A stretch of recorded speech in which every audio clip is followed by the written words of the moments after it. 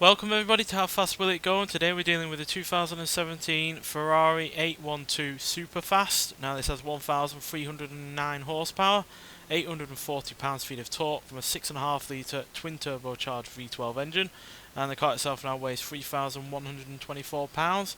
Now has all-wheel drive, and you can do 0 to 60 in 1.571 seconds and 0 to 102.868 seconds. So I'm hoping this is going to be pretty quick, because Ferrari so far have had 2 cars on this series, and only one of which has been properly quick in the form of the F50 GT, which managed a speed of 262, whereas the GT4 Lusso managed a top speed of 256. So yeah, I'm hoping this will do better. It's got very little in the way of weight for a car of this size. The all-wheel drive system should help it in terms of keeping the car under control, and this vehicle was hardly a slow car in its stock form either, because it had a hell of a lot of horsepower and was really rather quick. So I'm hoping the fact that it's only got about 500 or so horsepower more than what it had originally won't be too much in terms of extra power. And yeah, obviously everything else has been upgraded handling wise, so yeah, let's see if this car can live up to its name. Also unrelated, but the engine in this sounds absolutely fantastic at more than 9,000 RPM. Easily one of my favourite sounding upgraded engines we've had on this game and on this series. There's 237. I braked a little bit too hard there, I think.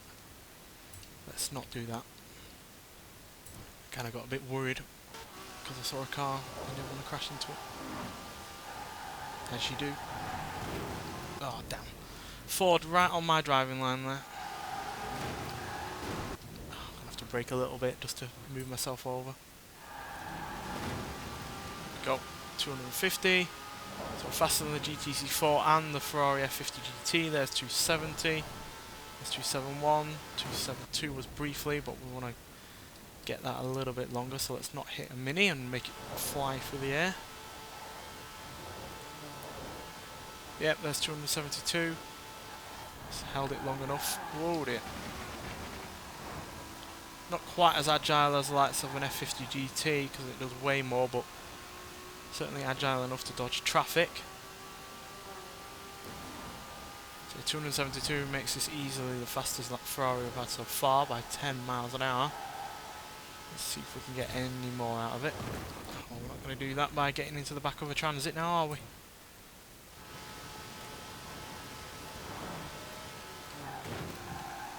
Into the back of a Pagani even. Yeah, that is still incredibly quick for our first run. Let's see if we can do any better. Did look like we had a few revs left to spare, so we might well be able to get up to 273, maybe even higher.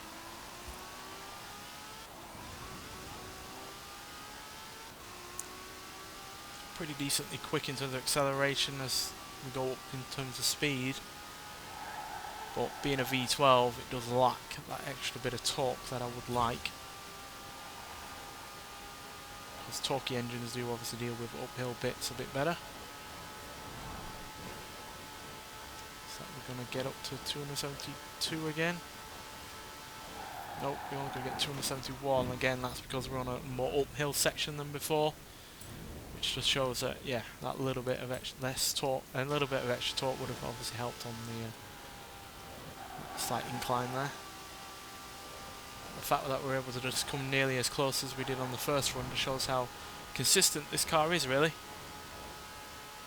It's easily one of the more consistent vehicles that we've had on this series, because again, look, we're getting up to 270, near enough.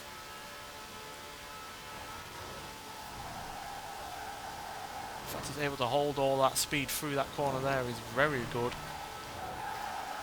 Easily one of the best handling cars we've had then, if it's able to do that. But yeah, 272 is what we're going to be finishing with today. Very nearly came close to matching that again on the second run, which again would be really rather impressive. Not many vehicles have matched their fastest run with their previous run or succeeding run. But nonetheless, 272 mile an hour does mean it matches the Koenigsegg CC8S and the Koenigsegg Agera, as well as the Ford Custom Double Down. Beats the Shelby Monaco King Cobra, Hot Wheels Twin Mill, and the Honda NSX-R GT.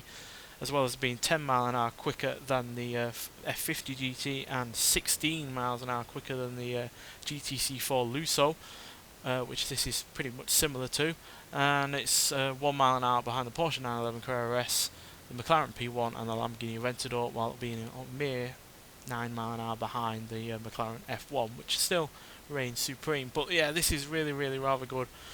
Really surprised by how agile it is, especially for a car of this size, and the fact it still weighs more than 3,000 pounds, as well as obviously dealing with all-wheel drive, which it was never meant for originally, and dealing with extra power as well, all in the process. So it's still able to handle as well as it does while dealing with all that extra power, and all-wheel drive is incredible, while also obviously being relentless in terms of its acceleration. I was really surprised by how good it was in terms of acceleration once we got past 240, 250, because normally a car with a massive amount of difference between horsepower and torque like this does struggle as we climb up in terms of speed, but this, yeah, was seemingly relentless. So yeah, really surprised, and yeah, easily one of my favourite cars on this series, to be honest, because it's a fun car to drive, hugely quick, and sounds great as well. So yeah, try it out in this form if you want to have a really quick car in your hands that is also good in terms of handling. Nonetheless, thanks for watching, and I'll see you in the next one. Bye.